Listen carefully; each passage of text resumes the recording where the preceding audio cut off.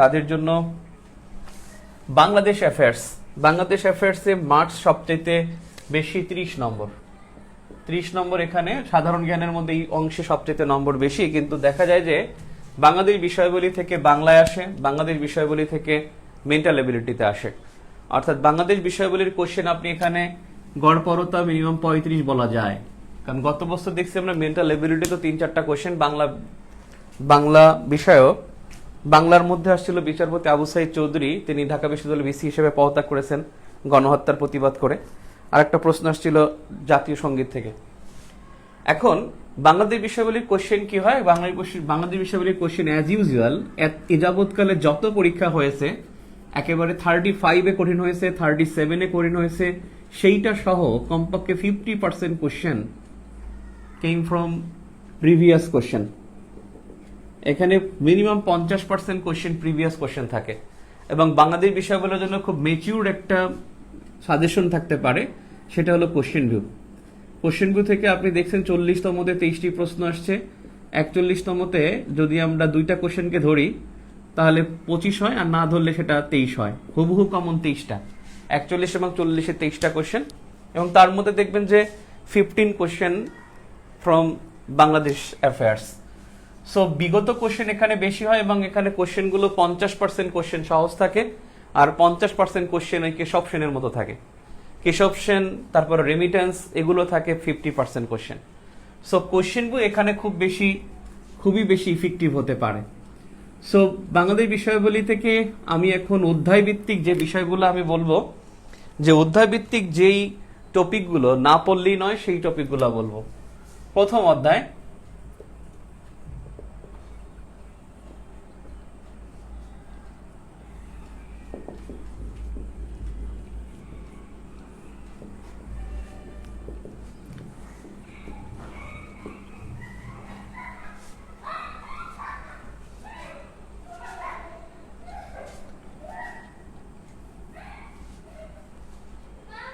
জাতীয় বিষয়াবলী। জাতীয় বিষয়াবলীর অন্তর্ভুক্ত বিষয়গুলো কি কি? জাতীয় বিষয়গুলির মধ্যে অন্তর্ভুক্ত বিষয় হলো প্রথমত হলো ইতিহাস, এবং তাদের সিলেবাসের মধ্যে ইতিহাসের কথাই লেখা। ইতিহাস অর্থাৎ যে টপিকগুলো লেখা সেগুলো কিন্তু ইতিহাসের টপিক থেকেই লেখা। জাতীয় কিছু পতাকা, সঙ্গীত, এই বিষয়গুলো আছে। পতাকা, সঙ্গীত, প্রতীক, সঙ্গীত, জাতীয় পতাকা, প্রতীক, সঙ্গীত। আর জাতীয় কিছু দিবস আছে, দিবস অন্তর্ভুক্ত, তবে প্রশ্ন এখান থেকে খুব বেশি আমরা দেখি নাই। ম্যাক্সিমাম কোশ্চেন হচ্ছে ইতিহাস থেকে। তাহলে ইতিহাস থেকে আপনার কি পড়তে হবে? একেবারে একান্ত পড়তে হবে। ইতিহাস থেকে আপনি যদি দেখেন, আপনি এ ক্যাটাগরি বলতে পারেন আর বি ক্যাটাগরি বলতে পারেন। এ ক্যাটাগরিতে এটা হলো সে এগুলো একেবারেই দেখে যাবে। কি কি আসে দেখেন, মৌর্য, গুপ্ত, পাল, সেন, এই 4টা সে দেখবেই। মৌর্য, গুপ্ত, পাল এবং সেন, এই 4টা থেকে প্রশ্ন যে কোনোটা আসে। হয়তো চন্দ্রগুপ্ত মৌর্য আসছে, অশোক আসছিল 40তমতে, এবছর আসছে সেন থেকে কেশব সেন। মানে এই 4টা থেকে একটা কোশ্চেন নিশ্চিত কমন থাকে। এবার এবছর অশোক ধরলে সেটাও আসছে। অর্থাৎ এই মৌর্য, গুপ্ত, পাল, সেন আর হলো জনপদ, এই 2টা এখান থেকে একটা বা 2টা কোশ্চেন নিশ্চিতভাবে ইনশাল্লাহ থাকে। এই ক্যাটাগরির মধ্যে সেকেন্ড হলো মুঘল। এই মুঘল আমল থেকে একটা প্রশ্ন থাকে। মুঘল আমল থেকে কোশ্চেন কিন্তু একটা থেকে থাকে। এবছর যদি দিল্লির রাজধানী ধরেন, দিল্লির রাজধানী না, দিল্লির ইংরেজ আমল, মুঘল আমল দেখতে হয়, ইংরেজ আমল দেখতে হয়। এরপরে যদি দেখেন মুক্তিযুদ্ধ, মুক্তিযুদ্ধের মধ্যে যে 2টা টপিক সবচাইতে গুরুত্বপূর্ণ সবসময় আসে, 6 দফা মনে হয় 4-5 বার আসছে, আর একটা হলো মুজিবনগর সরকার। মুজিবনগর সরকার এবং 6 দফা, এই 2টা মুক্তিযুদ্ধের মধ্যে সবচাইতে বেশি প্রায়োরিটি পাবে। এই বছর এইটার সাথে খেতাবটা বেশি গুরুত্ব পাবে। অর্থাৎ 6 দফা, খেতাব, মুজিবনগর সরকার, এই 3টার গুরুত্ব এবছর পাবে। এটা হলো এ ক্যাটাগরির মধ্যে পড়বে।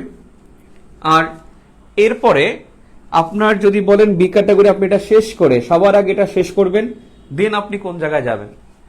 দেন যদি যান, সেটা হলো আপনি সুলতানি আমলে যাবেন। সুলতানি আমল থেকে প্রশ্ন হয়। সুলতানি আমল থেকে দেখেন আলাউদ্দিন হোসেন শাহ থেকে পরপর 2 বার পরীক্ষা আসলো। সুলতানি দেখবেন, সুলতানির পরে যেটা, এটার গুরুত্ব কিন্তু একটু কম। এই বি ক্যাটাগরির মধ্যে কি কোনো কোশ্চেন আছে?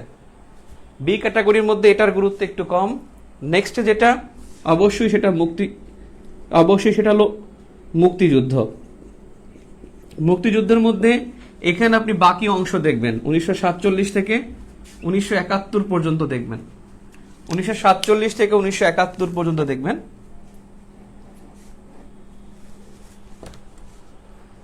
কোশ্চেন ভিউ থেকে যেগুলো আসলে কমন ছিল, মানে যেগুলো আসলে নতুন কোশ্চেন, যে কোশ্চেনগুলো মিক্স করা, এটা আমার খুঁজে বের করাটা সো টাফ হয়ে যাচ্ছে।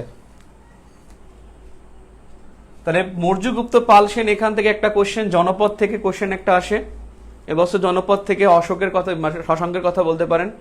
মুঘল আমল, ইংরেজ আমল এবং মুক্তিযুদ্ধ থেকে সবার আগে পড়বেন 6 দফা, দেন মুজিবনগর সরকার, দেন পড়বেন খেতাব। খেতাবের মধ্যে একটা কথা মনে রাখবেন, খেতাবের ক্ষেত্রে রিসেন্ট ভিউর যে খেতাব অংশটা আছে, রিসেন্ট ভিউর অংশটা দেখবেন। এখানে এটা মনে রাখবেন 672টা হলো পদমর্যাদা, আর 438 হলো বীরাঙ্গনা, আর হলো 12 জন প্রবাসী কিন্তু এবছর খেতাব পেয়েছেন, মুক্তিযোদ্ধার খেতাব পেয়েছেন 12 জন প্রবাসী। সো সুলতানি মুক্তিযুদ্ধ 47 থেকে 71 রেস্ট অফ দা অংশ। অবশ্যই এখান থেকে আরো একটু খেয়াল করবেন, সেক্টর যেন কোনোভাবে মিস না হয়, মার্চের ঘটনা যেন মিস না হয়। মার্চের ঘটনা সেক্টর এই দুইটার গুরুত্ব সবচাইতে বেশি।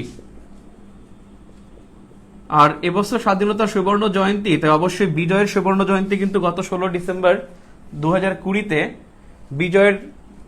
বিজয়ের 50 বছর উদযাপিত হয়েছে। সেক্ষেত্রে 16 ডিসেম্বর অর্থাৎ আত্মসমর্পণের ঘটনা যেন মনে থাকে, আত্মসমর্পণের ঘটনা, এটা মাথায় রাখবেন। আর অবশ্যই একটা কনফিউশন আছে, যৌথ বাহিনী, মিত্র বাহিনী, তারপরে হলো মুক্তি বাহিনী, এগুলোর মধ্যে একটা কনফিউশন আছে। আপনারা বেসিক বুঝতে সেই অংশটা পাবেন, ছবি সহ দেয়া আছে এবং তাদের সম্পর্কে আলোচনা করা আছে। ক্লিয়ার? সো ইতিহাস থেকে এই বিষয়গুলোই 6 দফা, মুজিবনগর সরকার, খেতাব, এই তিনটার গুরুত্ব সবচেয়ে বেশি দেবেন। সেকেন্ড গুরুত্ব দিবেন হলো সেক্টর, মার্চের ঘটনা এবং আত্মসমর্পণ। এরপরে বাকি অংশ পড়বেন। এরপর আপনি 47 পড়েন, যুক্ত ফ্রন্ট পড়েন, গণ অভ্যুত্থান পড়েন, সেটা আপনার বিষয়। সো প্রথম অধ্যায়ে এই গুরুত্ব। আর প্রথম অধ্যায় থেকে রিসেন্ট ঘটনা প্রথম অধ্যায় থেকে রিসেন্ট ঘটনার মধ্যে গুরুত্বপূর্ণ হলো মুজিব বর্ষ, যেটা রিসেন্ট ভিউতে আছে প্রথম অধ্যায়ের মধ্যে। মুজিব বর্ষ, আর মুজিব বর্ষের মধ্যে বঙ্গবন্ধু শেখ মুজিবুর রহমানের, বিশেষ করে মুজিব চিরন্তনের গুরুত্ব সবচাইতে বেশি। এই মুজিব চিরন্তন কিন্তু 10 দিন যাবত হয়েছে, 17 মার্চ থেকে 26 মার্চ 2021। এই মুজিব চিরন্তনটা একটু স্পেসিফিক করে পড়বেন। এখানে পরীক্ষায় ঘুরিয়ে আসবে রাষ্ট্রপ্রধান কয়জন আসছেন, সরকার প্রধান কয়জন, মানে প্রধানমন্ত্রী কয়জন আসছেন। রাষ্ট্রপতি আসছে 2 জন, নেপাল এবং মালদ্বীপের, আর প্রধানমন্ত্রী আসছে ভারত, ভুটান এবং কি শ্রীলঙ্কা। সো মুজিব বর্ষ, মুজিব চিরন্তনের গুরুত্ব বেশি। আর অবশ্যই হলো মুজিব আমার পিতা, যে অ্যানিমেশনটা হয়েছে মুজিব আমার পিতা, এই অ্যানিমেশনটা দেখবেন, রিসেন্ট ভিডিওতে দেয়া আছে। আর হলো শেখ হাসিনা থেকে পড়তে হবে অন্তপক্ষে 2টা বিষয়। উনি ভ্যাকসিন হিরো হন 2019-এ, ভ্যাকসিন হিরো। 2019 সালে তিনি ভ্যাকসিন হিরো হন। আর মনে রাখবেন 2021 সালে তিনি এসডিজি রয়্যাল ক্রাউন পুরস্কার পান। এসডিজি রয়্যাল ক্রাউন পুরস্কার পান তিনি 2021 সালে, এবং পান এসডিএসএন থেকে, এসডিএসএন সাস্টেনেবল ডেভেলপমেন্ট সলিউশন নেটওয়ার্ক, এখান থেকে লাভ করেন। আর আপনার মনে আছে এসডিজি সূচকে বাংলাদেশ কিন্তু 109 এই 2021 সালে, আর এসডিজি অর্জনের প্রবৃদ্ধিতে বাংলাদেশ কিন্তু তৃতীয় শীর্ষ দেশ হলো এসডিজি প্রবৃদ্ধিতে, সেজন্য এটা গুরুত্বপূর্ণ। আর তার পুরস্কারের ক্ষেত্রে 19 এবং 21-এর পুরস্কার 2টা গুরুত্বপূর্ণ বেশি। আর বঙ্গবন্ধু শেখ মুজিবুর রহমান, তার পক্ষ থেকে একটা বিষয় মনে রাখবেন, তিনি কিন্তু গান্ধী শান্তি পুরস্কার লাভ করেছেন। গান্ধী শান্তি পুরস্কার, বঙ্গবন্ধু গান্ধী শান্তি পুরস্কার লাভ করেন 2020 সালের জন্য। 2020 সালের জন্য বঙ্গবন্ধু পান গান্ধী শান্তি পুরস্কার। 2020 সালের জন্য গান্ধী শান্তি পুরস্কার লাভ করেন। আর 1973 সালে তিনি বিশ্ব শান্তি বিশ্ব শান্তি পদকে ভূষিত হন সেই 73 সালে। তিনি এই সংসদ ভবন থেকে গ্রহণ করেছিলেন। চিলিতে বসে ঘোষণা করেছে, আর গ্রহণ করেছেন তিনি সংসদ ভবনের দক্ষিণ প্লাজা থেকে। সো এই দুইটা গুরুত্ব বেশি রিসেন্ট ভিউ থেকে। মুজিব বর্ষ, মুজিব চিরন্তন, গান্ধী শান্তি পুরস্কার, শেখ হাসিনা ভ্যাকসিন হিরো 2019 এবং এসডিজি পুরস্কার 2021। এই দুইটার গুরুত্ব বেশি। জাতীয় বিষয় বলে এখানে শেষ হলো। এরপরে দেখেন অধ্যায় 2, দ্বিতীয় অধ্যায়।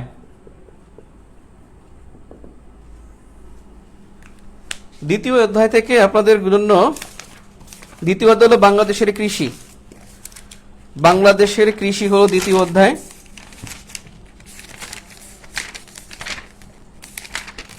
ভাষা শহীদ এবং বীরশ্রেষ্ঠ তাদের জীবনী থেকে পরীক্ষায় আসে। এগুলো আপনাদের আসলে আগেই পড়ার কথা।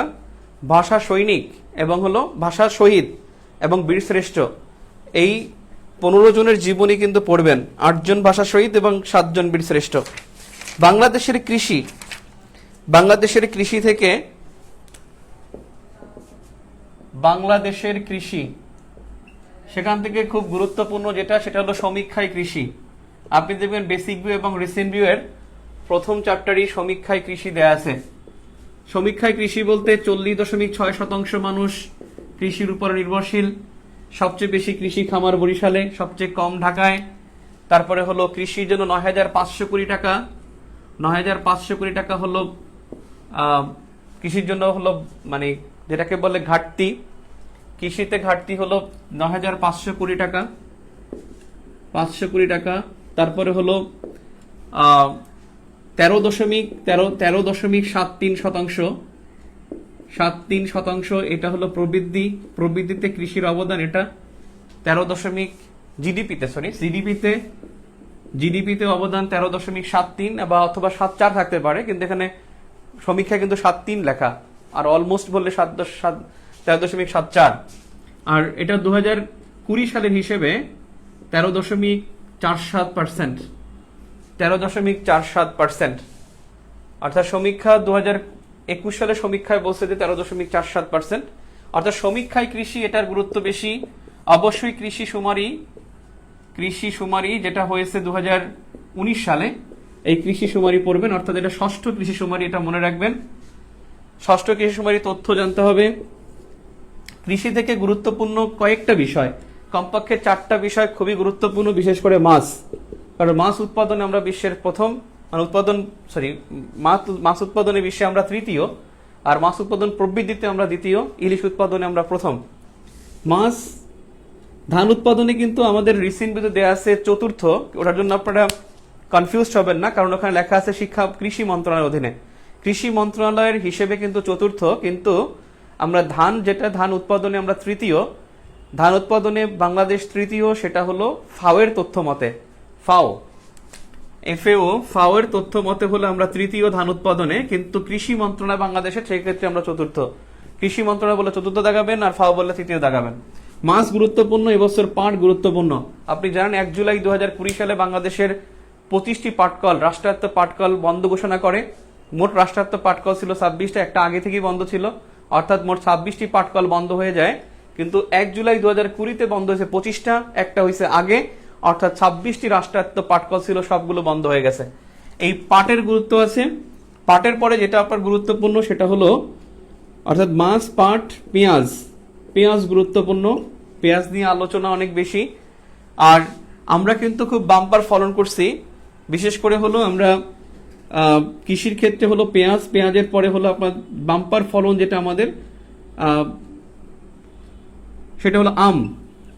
ইলামতি নতুন আমের জাত, গৌরমতি আমের জাত, ইলামতি আমের জাত। মতি দেখলে আম, সব আবার আম দেখায় না। বাংলা মতি কিন্তু আবার ধান, বাসমতি হলো চাল, গৌরমতি এবং ইলামতি হলো আম পড়বেন। তারপরে চা পড়বেন। অর্থাৎ মাছ, পাট, পেঁয়াজ, আম, চা, এই পাঁচটা অন্ততপক্ষে দেখে যেতে হবে। অন্ততপক্ষে কৃষি বিষয়ক যে প্রতিষ্ঠানগুলো আছে, একটা জায়গায় দেখবেন কৃষি বিষয়ক প্রতিষ্ঠান, সেই প্রতিষ্ঠানগুলো থেকে পরীক্ষা আসে। বিশেষ করে বিএডিসি,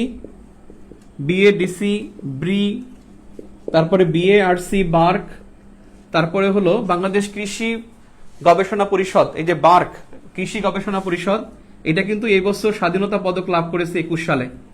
স্বাধীনতা পদক 2021 বাংলাদেশ কৃষি গবেষণা পরিষদ গবেষণায় কৃষি পদক স্বাধীনতা পদক লাভ করে 2021 সালে। তাহলে বাড়ি বিএডিসি বার্ক এগুলো অন্তপক্ষে, এবং ডিএই department of agriculture, ডিএই department of agriculture extension অর্থাৎ কৃষি সম্প্রসারণ অধিদপ্তর, এই ডিএই এই কয়েকটা প্রতিষ্ঠানের, আরেকটা হলো বিনার গুরুত্ব অনেক বেশি, প্রায় 117টি না 118টি জাতের উদ্ভাবন করেছে। ব্রি এ পর্যন্ত 106টি ধানের জাত উদ্ভাবন করেছে। সেই এই প্রতিষ্ঠানগুলোর জাত। আরেকটা বিষয় হলো আপনাদের গুরুত্বপূর্ণ হলো উদ্ভাবন সম্পর্কে একটা টপিক আছে, দেখবেন রিসেন্ট ভিউতেও আছে, বেসিক ভিউতেও আছে। এই উদ্ভাবন সম্পর্কে এবছর গুরুত্বপূর্ণ শুধু একটাই, সেটা হলো একজন ব্যক্তি ফিলিপাইন থেকে প্রশিক্ষণ নিয়ে এসে 10টি ধানের জাত আবিষ্কার করেছেন, অর্থাৎ 10টি ধানের জাত আবিষ্কার করেছেন, সেই উদ্ভাবন। এর লাস্টে আপনি লেটলি যেটা পড়বেন, সবার শেষে সেটা পড়বেন আপনি, লেটলি না মানে লাস্ট যেটা পড়বেন সেটা হলো আপনি শস্যের জাত পড়বেন। এখানে শস্যের জাত কোনটা আসবে কেউ বলতে পারে না। শস্যের জাত সাম্প্রতিকও আসতে পারে, নাও আসতে পারে। যা বাড়ি 5 এবং 6, এই বাড়ি 5 বাড়ি 6 এটা বললে কিন্তু মনে রাখবেন এটা হলো পেঁয়াজের জাত। ইলামতি যেটা ঢাকা ইউনিভার্সিটির পরীক্ষা আসছে, এটা হলো আমের জাত। পাট হলো রবি হলো পাটের জাত, রবি 1। আবার আপনি মনে রাখবেন এই পাট কিন্তু 4টা জাত, সেটা কি তোষা, মেস্তা,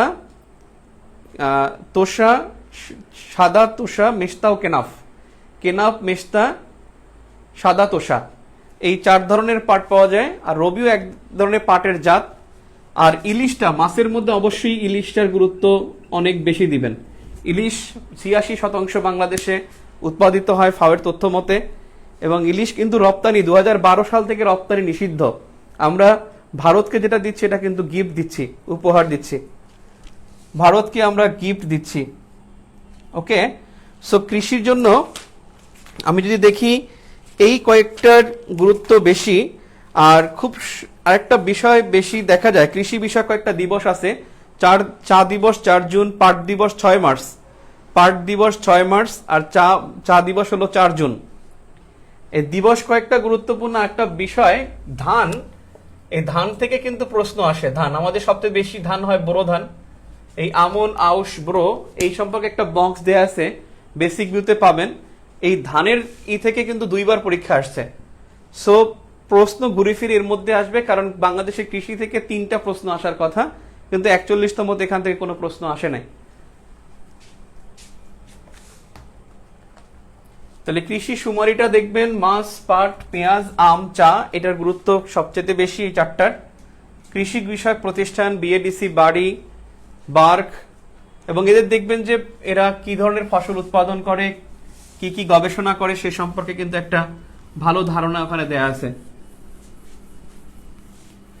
মাছের মধ্যে স্পেশালি ইলিশের কথা মনে রাখবেন, পৃথিবীর 86% বাংলাদেশে হয়। ইলিশ মাছের চাহিদার 12% পূরণ করে। বাংলাদেশে ইলিশের অভয়ারণ্য হলো 6টি অভয়ারণ্য। বাংলাদেশে ইলিশ সবচেয়ে বেশি হয় ভোলা জেলায়, সবচেয়ে বেশি ইলিশ হয় ভোলা। বাংলাদেশে সবচেয়ে বেশি ইলিশ পাওয়া যায় ভোলায়, চাঁদপুর বা মাওয়া দাগায়ান না, এটা ভোলা হবে উত্তর। এবং প্রায় 40%ই ভোলায় হয়। এবং যদি বিভাগ বলে তাহলে বরিশাল। ইলিশের কথা মনে রাখবেন। আর ওটা তো কৃষির সাথে অনেকটা জড়িত, যেটা হলো আপনার জিআই পণ্য। জিআই যে 9টা পণ্য কিন্তু মনে রাখবেন। সেই একেবারে জামদানি থেকে শুরু করে একেবারে আপনার খিসাপাতি আম, তারপর কাটারি ভোগ, দিনাজপুরের কাটারি ভোগ, তারপরে আপনার রংপুরের শতরঞ্জি, এই সবগুলো, রাজশাহী সিল্ক, এই সবগুলো কিন্তু মনে রাখবেন। কারণ পরীক্ষা আসতে পারে যে কোনটি বাংলাদেশ জিআই পণ্যের স্বীকৃতি পায়নি, আসলেও আসতে পারে, বলা যায় না। ওকে, নেক্সটে হলো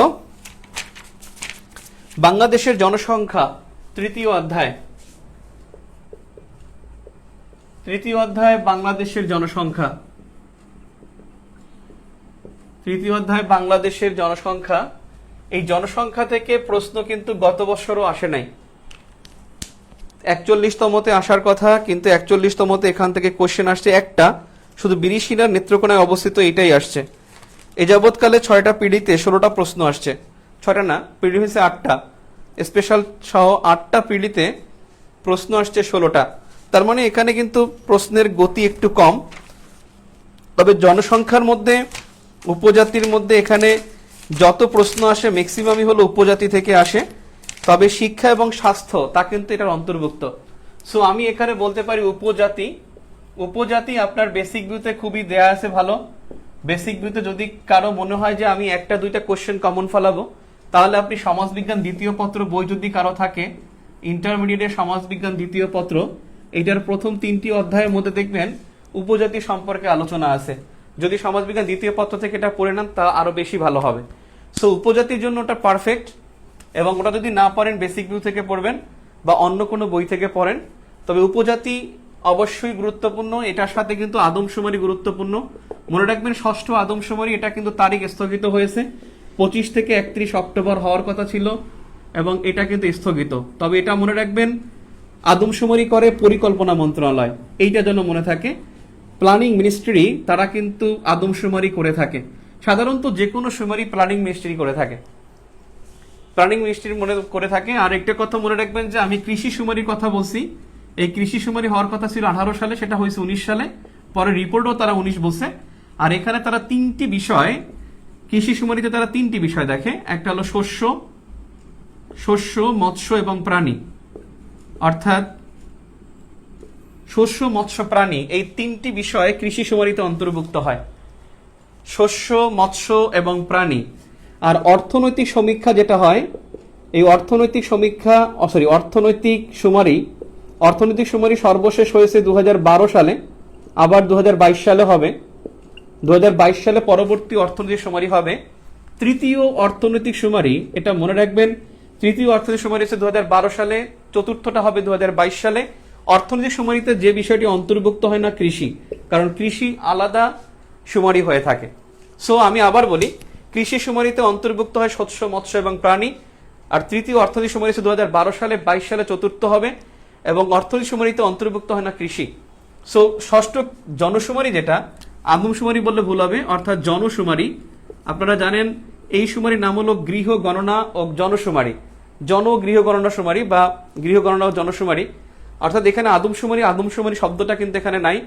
এই 25 থেকে 31 অক্টোবর এটাকে স্থগিত করা হয়েছে। এবছর একটা ইন্টারেস্টিং বিষয় যে আমাদেরকে সহযোগিতা যে করবে সেটা হলো নাসা আমাদেরকে এমনভাবে সহযোগিতা করবে যেটা অটো এবং পরিকল্পনা মন্ত্রী বলছে, এই যে গত কয়েকদিন আগে যেদিন আপনার রিসেন্টলি বের হলো তার 2 দিন পরেই তিনি বলছেন যে 10 বা 11 অক্টোবর, 8 বা 9 অক্টোবর তিনি বলছেন যে বিষয়টা এরকমের বলছেন তিনি যে এমন একটা সময় আসবে যে প্রতি সেকেন্ডে গণনা হবে এবং অটোমেটিক মানুষ দেখতে পারবে যে আসলে কতজন জনসংখ্যা আছে কতজন নাই, এমন পদ্ধতি তারা অবলম্বন করবেন।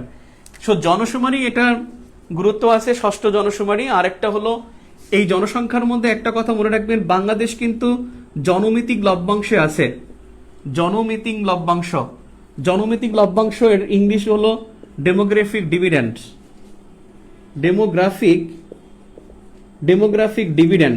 আর এই ডেমোগ্রাফিক ডিভিডেন্ডের অন্তর্ভুক্ত হলো বাংলাদেশ।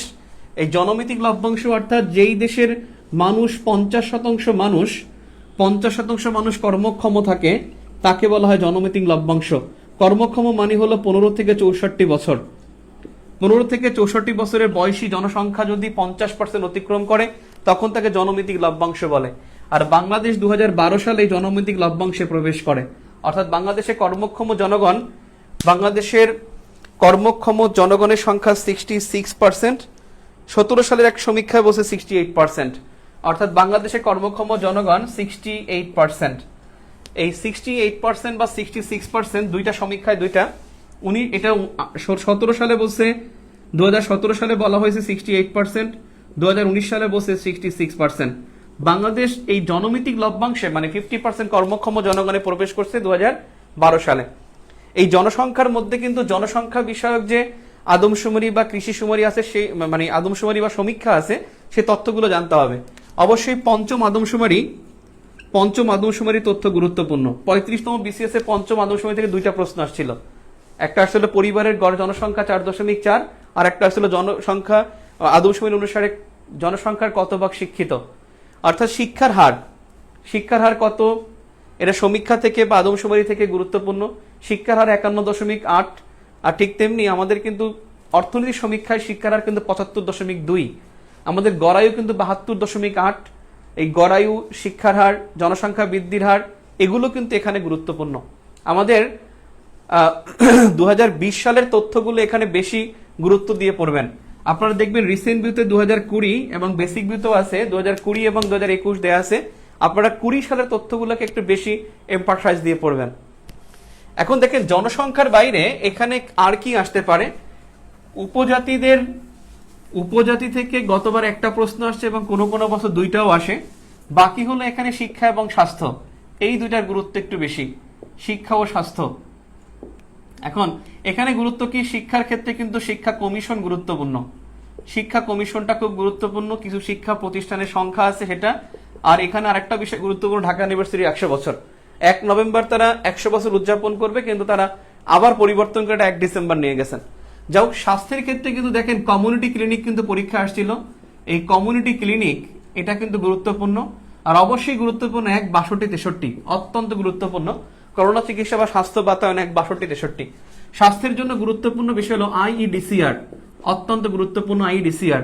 আইসিডিডিআরবি এই করোনাকালীন মুহূর্তে ব্যাপক ভূমিকা রেখেছে এবং আইসিডিডিআরবির একজন গবেষক, তিনি ডক্টর ফেরদৌসি কাদরি, তিনি কিন্তু ম্যাক্সেসে পুরস্কার লাভ করেছেন।